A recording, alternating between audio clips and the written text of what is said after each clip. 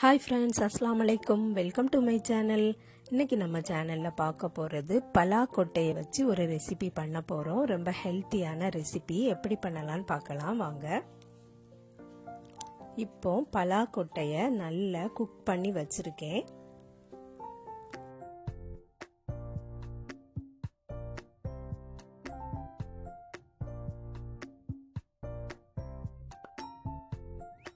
மசியக்கூடிய அளவுக்கு குக்காகி இருக்கணும்.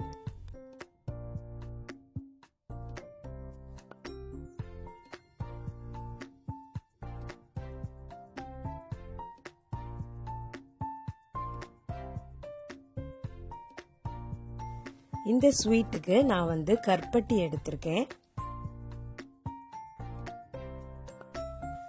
பலாக்கொட்டைக்கு தேவையான அளவுக்கு நம்ம இந்த கருப்பட்டி எடுத்துக்கலாம்.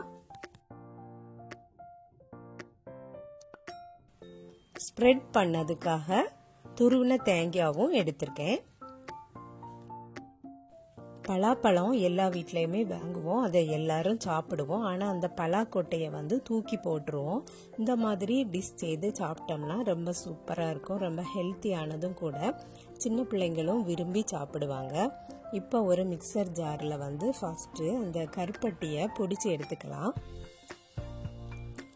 பொடிச்சு எடுத்தாச்சு. இதில் நெக்ஸ்ட் நம்ம அந்த பலாக்கொட்டையையும் போட்டுடலாம். குக் பண்ண பலாக்கொட்டை போட்டு பல்ஸ் பண்ணி எடுத்துக்கலாம்.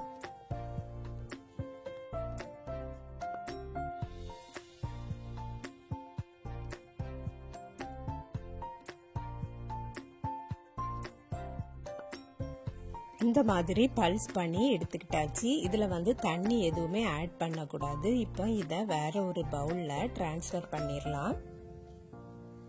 நமக்கு திக்காக கிடச்சிருக்கு. உருண்டை பிடிக்கிறதுக்கு ரொம்ப வசதியாக இருக்கும். இதை அழகாக லட்டு மாதிரியே உருண்டை பிடிச்சி எடுத்துக்கிடுங்க.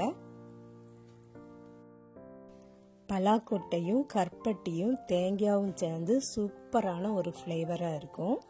நீங்கள் ட்ரை பண்ணி பாருங்கள், அப்போ தான் தெரியும்.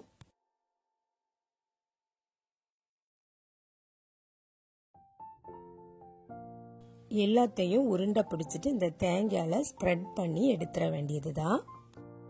அவ்வளோதான் ஃப்ரெண்ட்ஸ், ஈஸியான ரெசிபி. நீங்களும் ட்ரை பண்ணி பாருங்கள். இன்ஷா அல்லாஹ் நெக்ஸ்ட் வீடியோவில் வேற ஒரு ரெசிபியில் சந்திக்கிறேன். அஸ்ஸலாமு அலைக்கும்.